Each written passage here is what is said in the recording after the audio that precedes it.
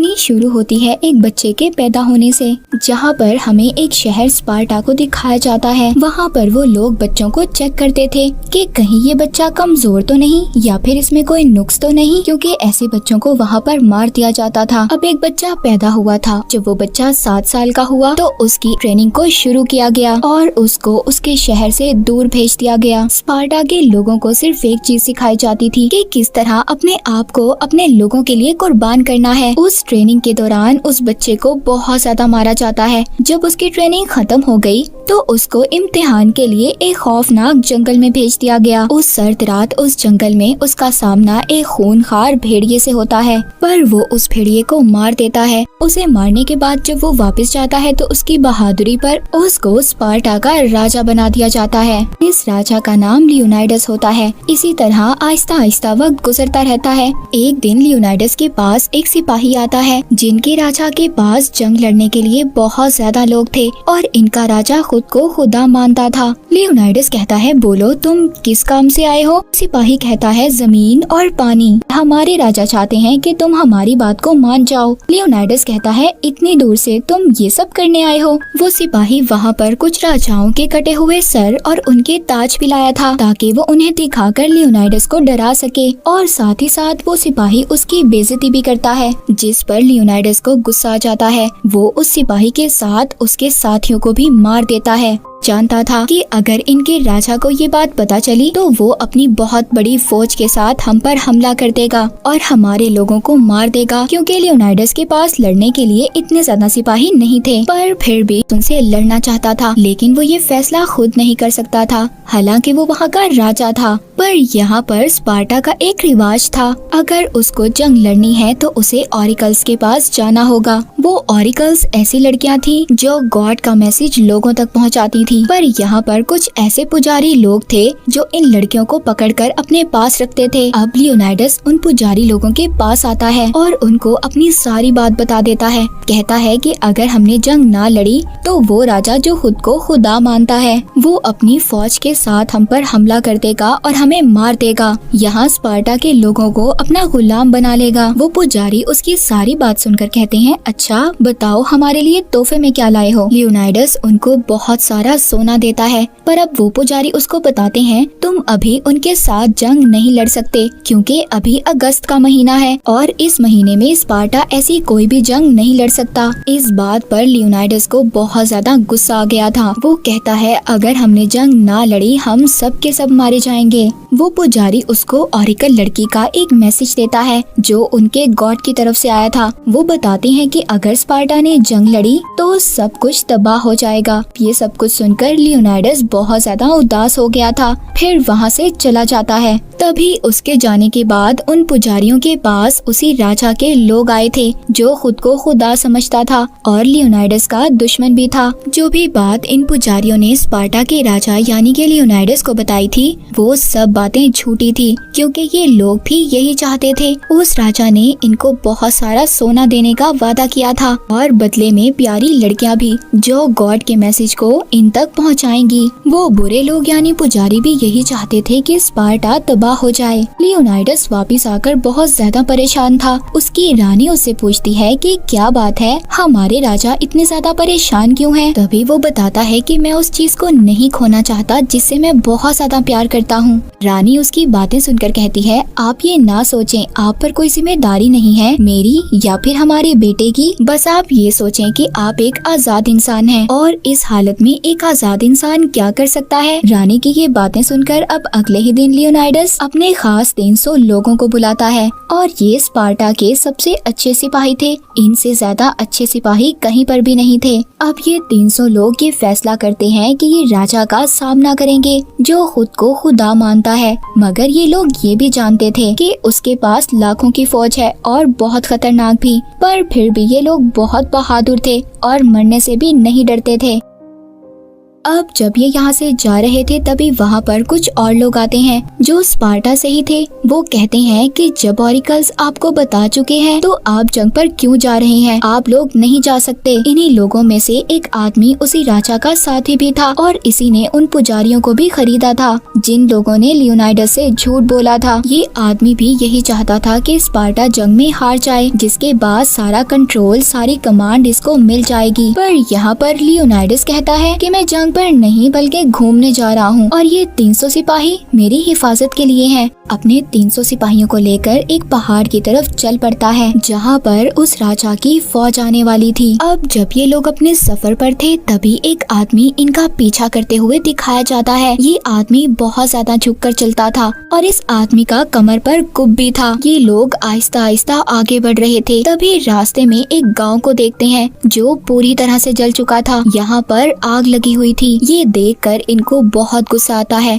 तभी लियोनाइडस के पास एक बच्चा आता है जो बहुत ज्यादा जख्मी हालत में था। पास आकर गिर जाता है। वो बच्चा बताता है कि यहाँ पर कुछ लोग आए थे जिनके पंजे थे और उन्होंने यहाँ पर सब लोगों को मार दिया। ये बताकर वो बच्चा भी मर जाता है। सारी बात सुनकर लियोनाइडस का साथी कहता है ये फारसी भूत हैं जो बहुत ज्यादा खतरनाक होते हैं और इनको मारा नहीं जा सकता। पर लियोनाइडस यहाँ पर कहता है वो मर सकते हैं या नहीं इसका फैसला हमारी तलवार करेगी। तभी वो लोग आगे बढ़ते हैं। जब वो आगे जाते हैं तो उनको अपनी तरफ बहुत सारे फारसी जहाज आते हुए दिखाई देते हैं। पर अचानक तूफान आ जाता है। बारिश भी बहुत तेज होने लगी थी, बिजली भी चमक रही थी। इस खतरनाक तूफान की वजह से वहाँ पर सारे जहाज डूब गए थे जो लियोनाइडस और उसके साथियों पर हमला करने आ रहे थे। इस बात से ये सभी लोग बहुत ज्यादा खुश हो जाते हैं और जश्न मनाते हैं। पर एक आदमी वहाँ पर बिल्कुल खामोश था। वो था लियोनाइडस जो जानता था कि खतरा अभी खत्म नहीं हुआ। तभी जब वो दूसरी पहाड़ी पर से देखते हैं तो बहुत ज्यादा तादाद में जहाज थे। ये सभी लोग स्पार्टा पर हमला करना चाहते थे। पर जिस जगह पर ये लोग थे ये रास्ता बहुत ज्यादा खतरनाक था। अगर ये लोग यहीं पर इस फौज को हरा दें तो ये अपने स्पार्टा को बचा लेंगे, क्योंकि इन रास्तों पर ये फौज इनसे इकट्ठे होकर नहीं लड़ सकती थी। तभी लियोनाइडस के पास वही आदमी आता है जिसका कुब निकला हुआ था, जो अब तक इनका पीछा कर रहा था। वो कहता है राजा साहब, मैं भी आपके साथ जंग लड़ना चाहता हूँ। मैं एक बहादुर सिपाही बनना चाहता हूँ। मेरे फादर भी एक सिपाही थे, पर मेरे पैदा होने के बाद मेरे फादर ने स्पार्टा छोड़ दिया, क्योंकि वहाँ पर ये रिवाज था कि जिन बच्चों में कोई नुक्स होता था उनको मार दिया जाता था। ये बातें सुनकर लियोनाइडस उसको कहता है कि तुम अपनी ढाल उठाओ, जितनी ऊपर उठा सकते हो। पर उससे ये नहीं किया जाता। वो उसको कहता है मैं तुम्हारे इस जज्बे की कदर करता हूँ मेरे दोस्त, पर तुम जंग नहीं लड़ सकते, तुम बहुत कमजोर हो। ये कहकर वो वहाँ से चला जाता है। इस बात पर उस आदमी का दिल टूट गया था। वो गुस्से में अपना सब कुछ नीचे फेंक देता है। उधर दूसरी तरफ फारसी फौज आगे बढ़ रही थी, पर ये 300 लोग बहुत ही बहादुरी से उनका मुकाबला करते हैं और उनको मार देते हैं। इनको बहुत बड़ी जीत हासिल होती है। तभी वहाँ पर अब खुद उनका राजा आता है जो खुद को खुदा मानता था। लियोनाइडस उससे कहता है ओ अच्छा, तो तुम हो जो खुद को खुदा मानते हो। वो राजा उसकी बातें सुनकर कहता है तुम्हारे सिपाही बहुत बहादुर हैं, लेकिन तुम मेरे खिलाफ खड़े नहीं हो सकते। लियोनाइडस कहता है कि तुम्हारे पास गुलाम ज्यादा हैं और बहादुर सिपाही कम हैं। वो राजा कहता है कि मैं एक मेहरबान खुदा हूँ, तुम मेरे सामने झुक जाओ, दुनिया तुम्हारे सामने झुक जाएगी। उसकी बातें सुनकर कहता है तुम्हारे सामने झुकने का तो सवाल ही पैदा नहीं होता, और जब से तुम्हारे लोगों को मारा है मेरे घुटनों में अकड़न होने लगी है। उस राजा को लियोनाइडस की बातों पर बहुत गुस्सा आता है। वहाँ से जाने के बाद अब राजा इनके पास लड़ने के लिए अपने सबसे खतरनाक सिपाही भेजता है। ये सिपाही इंसान नहीं थे। ये 300 लोग इन खतरनाक सिपाहियों का भी सामना करते हैं। इनको मारने के बाद इन लोगों को एक नई उम्मीद नजर आई थी, एक जीतने की उम्मीद। वो राजा दोबारा से अपनी खतरनाक फौज और कुछ जानवर भेजता है, पर लियोनाइडस के साथ ही उनको भी मार देते हैं। इतनी ज्यादा हार के बाद उस राजा को भी खौफ और डर लगने लगा था। जो खुद को खुदा समझता था वो इतना ज्यादा पागल हो गया था कि अपने ही सिपाहियों को मारने लगा था। तभी एक दिन उस राजा के पास वही आदमी आता है जिसका कुब निकला हुआ था। राजा उसको कहता है कि तुम्हारा खुदा कितना बेरहम है ना, जिसने तुम्हें ऐसा बना दिया। मेरी बात मानो, मैं तुम्हें सब कुछ दूंगा, दूंगा जो तुम चाहते हो, बस तुम मुझे वो रास्ता बता दो जिससे कि हम लियोनाइडस और उसके साथियों को घेर सकें, उनको पकड़ सकें। वो आदमी कहता है कि मैं सब बताऊंगा और वो उस राजा को सब कुछ बता देता है। उधर दूसरी तरफ रानी इसी कोशिश में थी कि वो अपने राजा लियोनाइडस के पास किसी तरह फौज की मदद भेज सके, पर वहाँ पर कोई भी रानी की बात मानने को तैयार नहीं था। उधर वही आदमी जो राजा के साथ मिला हुआ था, उसको रानी अपने पास बुलाती है और कहती है मुझे तुम्हारे वोट की जरूरत है, अगर तुम ऐसा करोगे,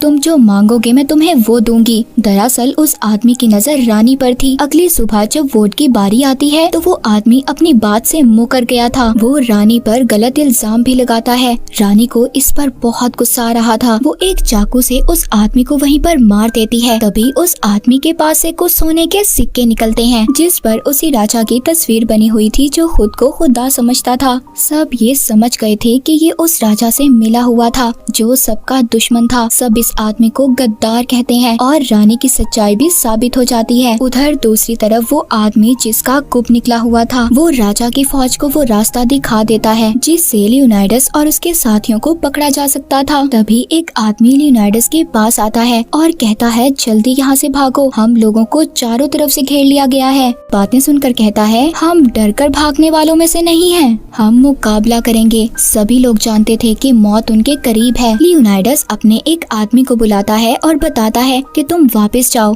और सबको बताना कि यहाँ पर क्या हुआ हमारी जीत के बारे में। उसको वो एक लॉकेट भी देता है, कहता है ये रानी को दे देना। अगली सुबह वो राजा अपनी फौज के साथ इनको चारों तरफ से घेर लेता है। उसका एक सिपाही कहता है कि हमारे राजा की बात मानो, उनके सामने झुक जाओ। वहाँ पर वो आदमी भी आता है जिसका गुप्त निकला हुआ था। वो लियोनाइडस से कहता है राजा की बात मान लो, अपने लोगों को बचा लो। तभी वहाँ पर लियोनाइडस को वो रात याद आती है जब उसने खूंखार भेड़िए का मुकाबला किया था और उसको मार दिया था। वो अपनी ढाल और अपना भाला नीचे गिरा देता है। वो नीचे झुकता है और तभी अपने एक आदमी को जोर से आवाज लगाता है। उसका साथी पूरे जोश के साथ उस पर चढ़कर उसी सिपाही को मार देता है। तो कह रहा था कि हमारे राजा की बात मान लो। राजा भी सबको हुक्म देता है कि सबको मार दो। चारों तरफ से उन पर तीर चलना शुरू हो जाते हैं। लियोनाइडस भी अपना हथियार राजा की तरफ फेंकता है जिससे उसकी गाल से खून निकलना शुरू हो जाता है। पर अब भी लियोनाइडस और उसके साथी उस राजा के सामने नहीं झुकते बल्कि अपनी जीत के जज्बे के साथ शहीद हो जाते हैं।